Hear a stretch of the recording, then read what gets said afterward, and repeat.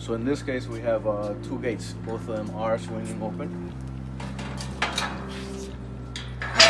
So instead of replacing one side, we always recommend to replace both sides with the adjustable hinges, just so everything can be adjusted accordingly in the future.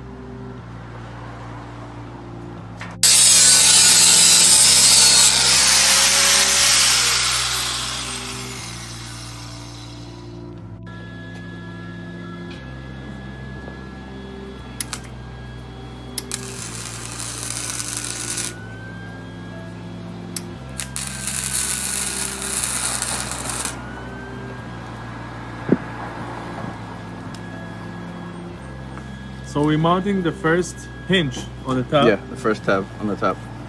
Okay.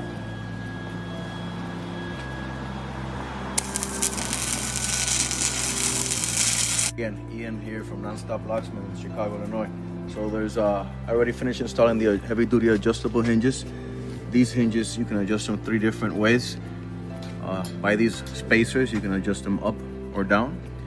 Again, by loosening or tying these knots, you can move it left or right.